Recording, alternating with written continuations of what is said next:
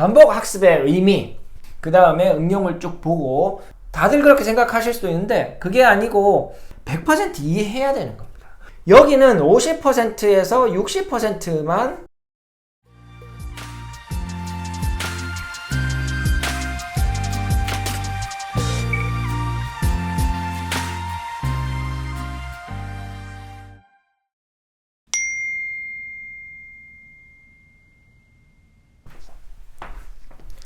안녕하세요, 안현선생입니다.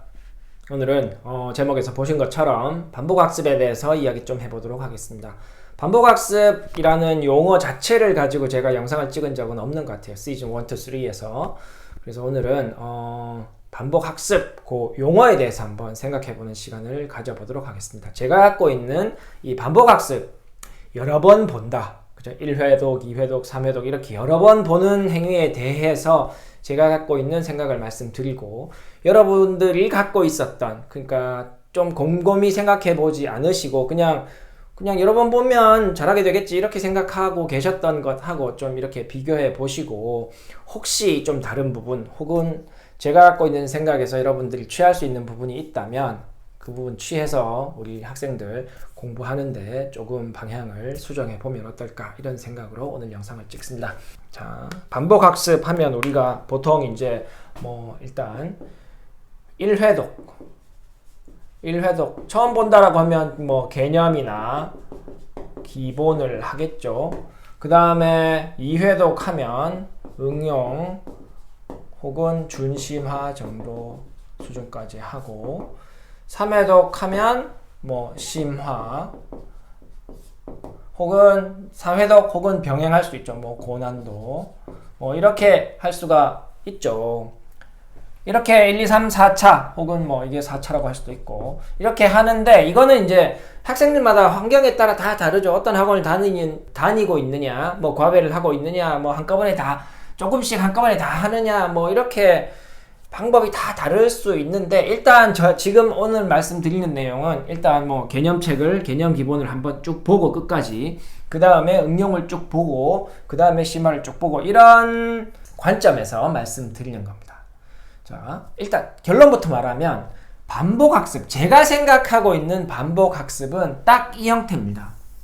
그러니까 무슨 말씀이냐 하면, 반복학습의 의미는 반복을 하면서 난도가 높아진다. 높아져야 하는 거죠.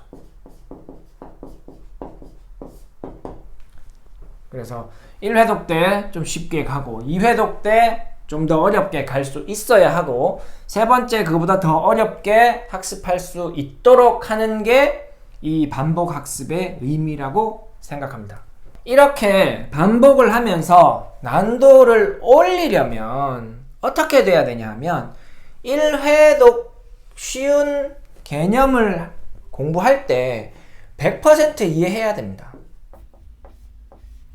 나중에 까먹을 수는 있지만 수업을 하고 문제를 푸는 동안은 그 내용을 100% 이해해야 되는 거예요. 물론 처음 풀었을 때 100%가 된다는 말은 아닙니다. 어떤 학생이 처음 배우는데, 예를 들어서 우리가 70%는 문제로 따지면 70%는 설명을 듣고 문제를 풀었는데 맞힐 수 있고, 30%는 틀렸다. 그래서 그 부분을 공부해서 수업을 듣는 중간에, 수업을 듣는 과정에서는 100% 이해해야 되는 겁니다. 그래야 이 1회독의 의미가 생기는 거죠. 만약에 70% 알아들었는데 30%는 제대로 이해하지 못한 상태로 다음에 또 볼 거니까 라는 생각으로, 지금은 몰라도 돼 이렇게 생각하고 다음에 볼 거야, 다음에 할 거니까 괜찮아 이렇게 생각해버리면 이미 수학 공부하는 태도 자체가, 그죠? 완전히 잘못된 거죠. 그래서 회독을 할 때는 반복하면서 난도를 높여야 되기 때문에 1회독 때 개념 기본을 할 때 100% 이해해야 되는 겁니다. 모르는 문제를 남겨두면 안 돼요. 나중에 까먹어서, 그죠? 지금은 이해했는데 나중에 한두 달 후에 풀려고 하니까 잘 안 풀리더라, 그럴 수 있습니다. 근데 일단 수업을 하는 과정 안에서는 100% 이해해야 되는 거예요. 혼자 풀 수 있어야 돼요. 시간이 지났을 때 그죠? 만약에 한 3, 4개월 걸려서 한 학기를 끝냈을 때 이 내용을 한 학기 끝냈을 때 그죠? 좀 까먹을 수 있죠. 초등학생으로 치면 이 내용을 최소한 저는 시간이 좀 한 학기 분량을 공부하고 마지막으로 시험을 쳤을 때에 배운 내용에 대해서는 처음 공부할 때는 100% 알아야 되고 시간이 조금 지났을 때에도 혼자서 90%까지는 풀 수 있어야 그 교재, 그 수준의 내용이 이해됐다라고 저는 생각합니다.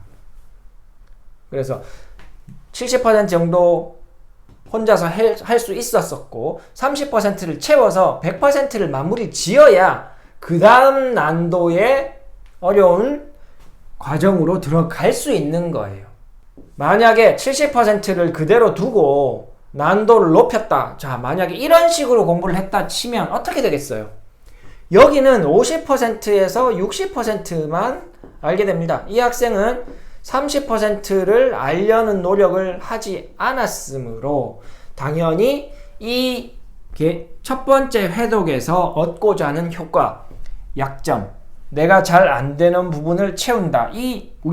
제가 문제집 푸는 방법이라는 영상에서 말씀드린 것처럼 문제집 푸는 이유는 뭡니까? 못 푸는 문제, 틀리는 문제를 찾기 위해서 푼 거잖아요.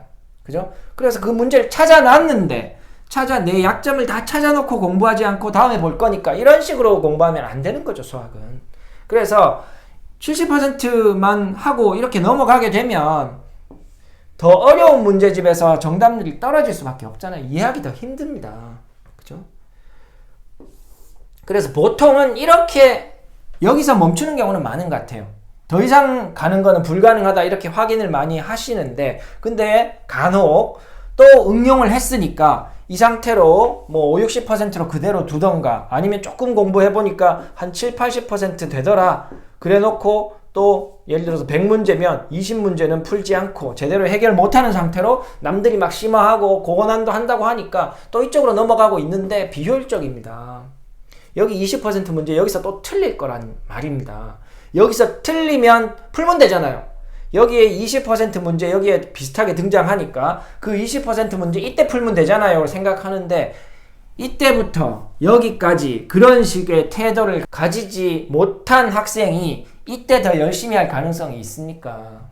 없죠. 그러니까 수학은 태도라고 했잖아요. 그러니까 처음 시작할 때부터 꼼꼼하게 오답하는 것 그게 제일 중요한 겁니다.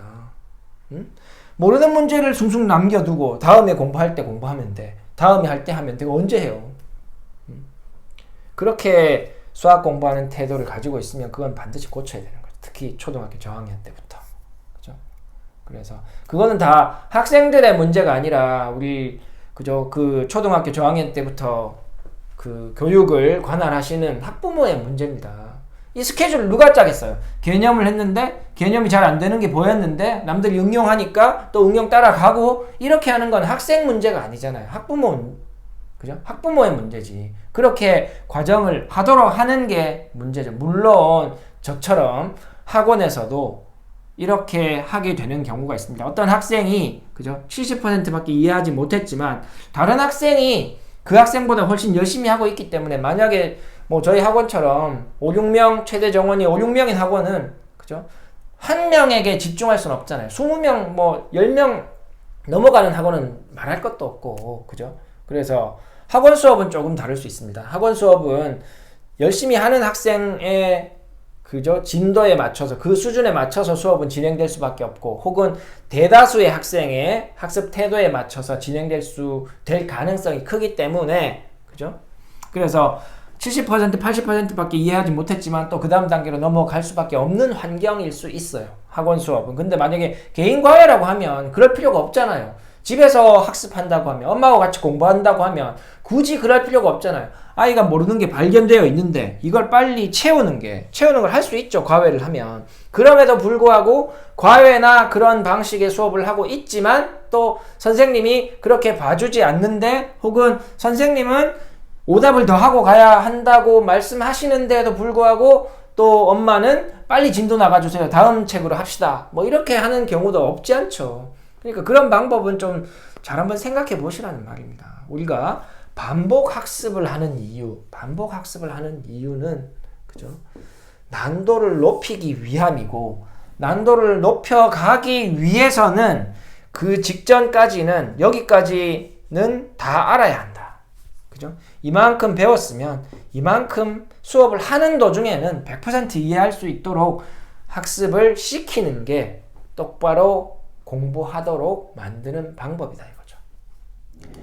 이런 부분에서 가장 좀 취약한 이런 식의 반복을 하면서 난도를 높아진다 이런 식으로 생각하지 않는 부분이 여러분들이 많이 하시는 선행학습입니다. 선행이니까 지금 잘 몰라도 돼 이런 생각을 하시는 경우가 많은데 여러 번 할 거니까 그것도 잘못된 거죠.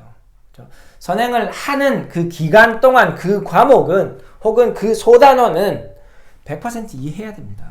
그래도 까먹잖아요. 그죠? 까먹습니다. 최상위권 학생도 다 까먹습니다. 굉장히 많이 까먹어요. 근데 그 학생은 예를 들어서 최상위권 학생은 개념 수업을 할 때 100% 다 이해했고 까먹었어요. 그죠? 시간이 지나면 선생님도 까먹습니다. 공부 안 하면. 그건 똑같아요. 그죠? 근데 그 다음 응용으로 그 다음 회독 때 넘어갈 수 있는 이유는 이 학생들은 첫 번째 이해할 때 다 이해를 했기 때문에 혹은 까먹은 부분이 있어도 두 번째 할 때 금방 캐치해냅니다.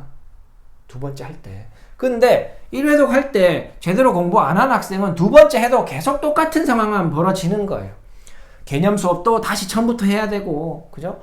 또 예전에 배웠잖아요. 이러면서 또 쉬운 부분은 고개 끄덕끄덕하고 이때 이해하지 못한 부분은 두 번째 해도 또 비슷하게 이해 못합니다.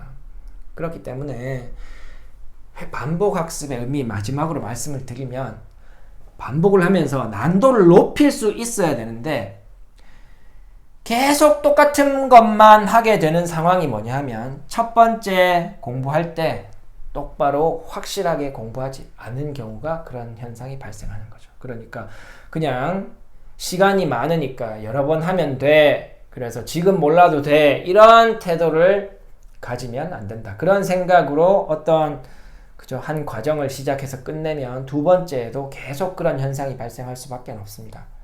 공부하는 태도는 그죠? 모르는 부분이 있는 게 문제가 아니라 모르는 부분을 찾아놓고 공부하지 않는 게 문제예요. 그래서 지금 말씀드린 이 부분은 사실 수학을 공부하는 뭐 선행을 하든 현행을 하든 심화를 하든 내신 대비를 하든 무조건 가장 지켜야 하는 핵심적인 그죠? 수학 공부하는 태도인 거죠. 그래서 오늘은 뭐 선행이다, 현행이다, 심화다 이런 말씀을 드린 건 아니었고 그냥 일단 반복 학습의 의미에 대해서 생각을 해봤는데 사실 이 안에 거의 모든 내용이 다 들어있는 것 같습니다. 제가 설명을 드리고 나니까. 그래서 여러분들이 갖고 있는 그 반복 여러 번 공부하면 되지, 여러 번 공부할 거야 이렇게 생각한 부분에서 혹시 제가 지금 드린 말씀이 여러분들 생각에 좀 도움이 되는 그런 내용이 있을 수 있으니까 한번 생각해 보시고 필요하면 학습 방향을 좀 한번 수정해 보시는 것도 괜찮지 않겠냐 이런 생각입니다. 다음에 또 다른 내용으로 찾아오도록 하겠습니다. 감사합니다. 안녕. 수학 화이팅!